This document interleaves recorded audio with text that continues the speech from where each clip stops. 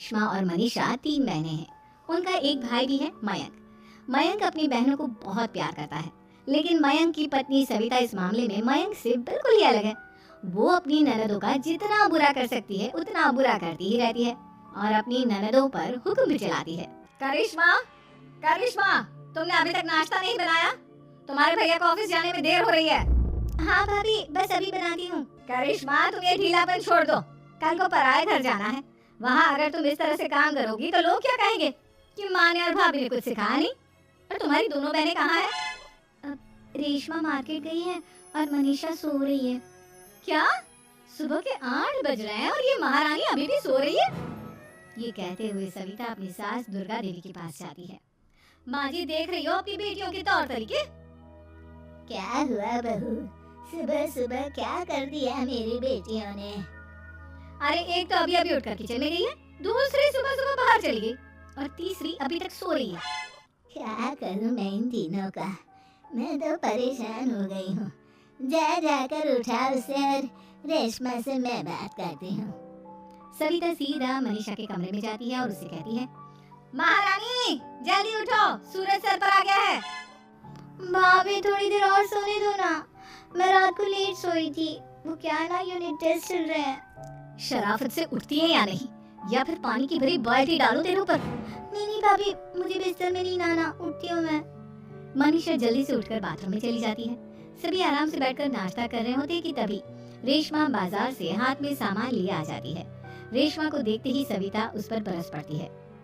लो, आ गई महारानी। ऐसा भी क्या सामान लाना था जो सुबह आंख मलते ही बाजार की तरफ रवाना हो गई? भाभी, कल आप ही तो चीख रही थी कि घर का सारा सामान मुझे ही लाना पड़ता है, घर में किसी को भी किसी काम से कोई लेना देना नहीं है। अब मैं बाजार जाकर सामान ले आई तो आपको इस बात से भी तकलीफ हो रही है? देख रही हो माँ जी, अपनी बेटी की जुबान कैंची से भी तेज चलती है। और मयंक, आप तो कुछ कहेंगे नहीं अपनी लाडली बहन को? रेशमा, अपनी भाभी से ऐसे बात नहीं करते। चलो माफी मांगो। भैया, मैं क्यों माफी मांगू? आप भाभी से बोलिए ना कि हम पर कम हुक्म चलाया करे। हम इस घर की बेटियां हैं और आपकी पत्नी की ननद है, नौकरानी नहीं। लो कर लो बात। इनकी भलाई के लिए कुछ भी बोलो तो इन्हें बुरा लग जाता है। इस घर में यही इज्जत है मेरी। देख लो माँ जी, आपकी बेटी किस लहजे में मुझसे बात कर रही है। सविता वहाँ से चली जाती है। मयंक को बहुत गुस्सा आता है, वो भी वहाँ से चला जाता है। फिर करिश्मा रेशमा को समझाती है, रेशमा, तुम्हें भाभी से माफी मांग लेनी चाहिए थी ना। लेकिन दीदी, मैंने कुछ किया ही नहीं, तो मैं माफी क्यों मांगू? हाँ करिश्मा दीदी, रेशमा दीदी जैसे ही घर में आई भाभी ही उन पर चिल्ला रही थी। हाँ, मैं मानती हूँ कि गलती भाभी की थी। मैं तो इसलिए बोल रही हूँ कि भाभी ने माँ को तो पूरी तरह अपने वश में कर लिया है। वो हमारी बात सुनती ही नहीं। मयंक भैया हमारे लिए हमेशा खड़े रहते हैं, इसलिए उनकी बात का मान तो तुम्हें रखना चाहिए था ना। कोई फायदा नहीं दीदी, कुछ दिनों की बात और है, भाभी उन्हें भी हमारे खिलाफ भड़का देंगी। फिर वो भी माँ की तरह हमारी किसी बात का विश्वास नहीं करेंगे। इसी तरह सविता अपनी तीनों ननदों को किसी न किसी बात पर परेशान करती रहती थी। एक दिन मयंक अपनी तीनों बहनों के लिए गिफ्ट लाया। करिश्मा, ये तुम्हारे लिए हार का सेट। रेशमा, तुम्हारे लिए सुंदर सी ड्रेस। और मनीषा, तुम्हें किताबें पसंद है ना, तुम्हारे लिए किताबें लाया हूँ। थैंक यू भैया। थैंक यू भैया। थैंक यू भैया। करिश्मा, तुम्हारा नेकलेस कितना सुंदर है, ये भैया कहाँ से ले आए होंगे? मैंने भैया को 3 दिन पहले फोन पर ये डिजाइन दिखाया था और आज भैया ये ले आए। सविता तो अपनी ननदों के गिफ्ट्स देखकर जल गई और करिश्मा का नेकलेस तो उसे भी बहुत पसंद आया था। अपनी बहनों के लिए कितना अच्छा नेकलेस लेकर आए हैं, मुझे कभी कोई गिफ्ट नहीं दिया। मैं आज ही ये हार चुरा लूंगी। रात में सविता करिश्मा का हार चुरा लेती है और इसी तरह उसे अपनी ननदों की जो भी चीज अच्छी लगती वो उसे मांगती नहीं, बल्कि रात के अंधेरे में चुरा लेती। इसी तरह दिन बीतते गए और सविता ने मयंक के दिल में भी उसकी बहनों के लिए नफरत पैदा कर दी। एक दिन मयंक ने करिश्मा और रेशमा के लिए रिश्ता देखा और ये बात उसे घर में सबको बताई। माँ, करिश्मा और रेशमा के लिए बहुत अच्छा रिश्ता आया है, वो लोग कल इन्हें देखने आ रहे हैं। आप और सविता मिलकर सारी तैयारी कर लेना। ये सुनकर करिश्मा और रेशमा खुश हो जाती हैं, लेकिन सविता सोचती है, अगर इन दोनों बहनों की शादी हो गई तो घर और बाहर का काम कौन करेगा? मनीषा तो 1 नंबर की कामचोर है, उससे तो किसी बात की उम्मीद लगाना ही बेकार है। मुझे इस शादी को रोकना होगा। अगले दिन सभी लड़के वालों के स्वागत की तैयारी करने में लगे होते हैं। तभी मयंक अपनी बहनों से आकर कहता है, तैयार हो गई तुम दोनों?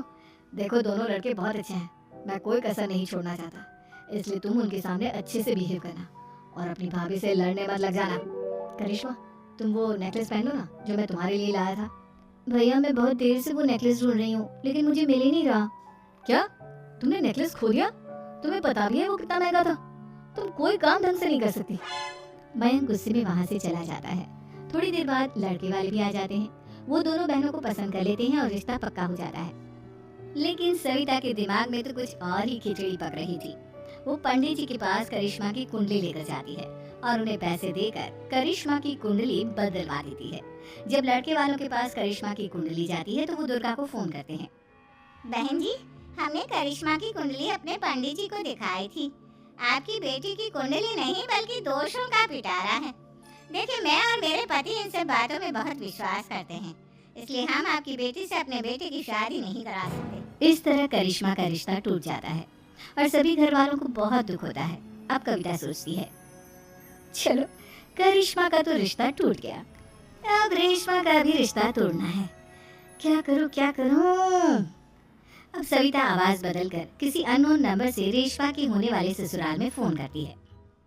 हेलो, मैं कौन हूँ कौन नहीं ये आपके लिए जानना जरूरी नहीं। बस इतना सुन लो कि रेशमा का 2 साल से किसी के साथ अफेयर चल रहा है। बस रेशमा का रिश्ता तोड़वाने के लिए सविता का इतना कहना काफी था। अब रेशमा का भी रिश्ता टूट गया। मयंक और दुर्गा देवी ने रेशमा को खूब खरी खोटी सुनाई और उससे बार बार उस लड़के के बारे में पूछने लगे।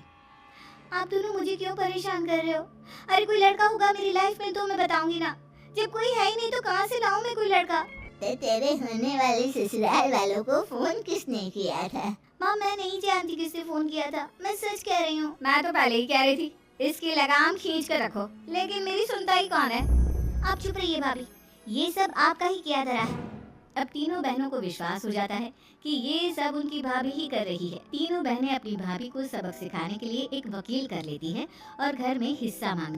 देखो भैया, माँ बाप की जायदाद में जितना बेटों का हक होता है उतना ही बेटियों का, इसलिए इस घर के 4 हिस्से होंगे और हमें अपना हिस्सा चाहिए। मैंने तुम्हारे लिए क्या क्या नहीं किया और तुम इस घर में हिस्सा मांग रही हो? भैया, आप और माँ हम बहनों की कोई बात नहीं सुनते हो और भाभी हमारी शादी नहीं होने देगी क्योंकि उन्हें लगता है कि आप हमारी शादी में ज्यादा पैसा लगाओगे और उन्हें हम जैसी फ्री की नौकरानी कहाँ मिलेगी। तो हम भाभी के साथ तो रह नहीं सकते, हम बहनों को अपना हिस्सा चाहिए। अरे तुम्हें शर्म आनी चाहिए अपनी भाभी पर ऐसा इल्जाम लगाते हुए। वो तुम्हारे बारे में कितना सोचती है। हाँ माँ, भाभी हमारे बारे में बहुत सोचती है। दिन रात बस यही सोचती रहती है कि किस तरह से अपनी तीनों ननदों को परेशान करूं और कभी मुझे पढ़ने भी नहीं देती। दोनों बहनों का रिश्ता भी तो इन्होंने ही तोड़वाया है और रात में हमारे कमरे में आकर हमारी चीजें भी चुराती हैं। इसी तरह सविता की तीनों ननदें अपनी बात पर अड़ी रही। अब कोर्ट में तारीख भी शुरू हो गई।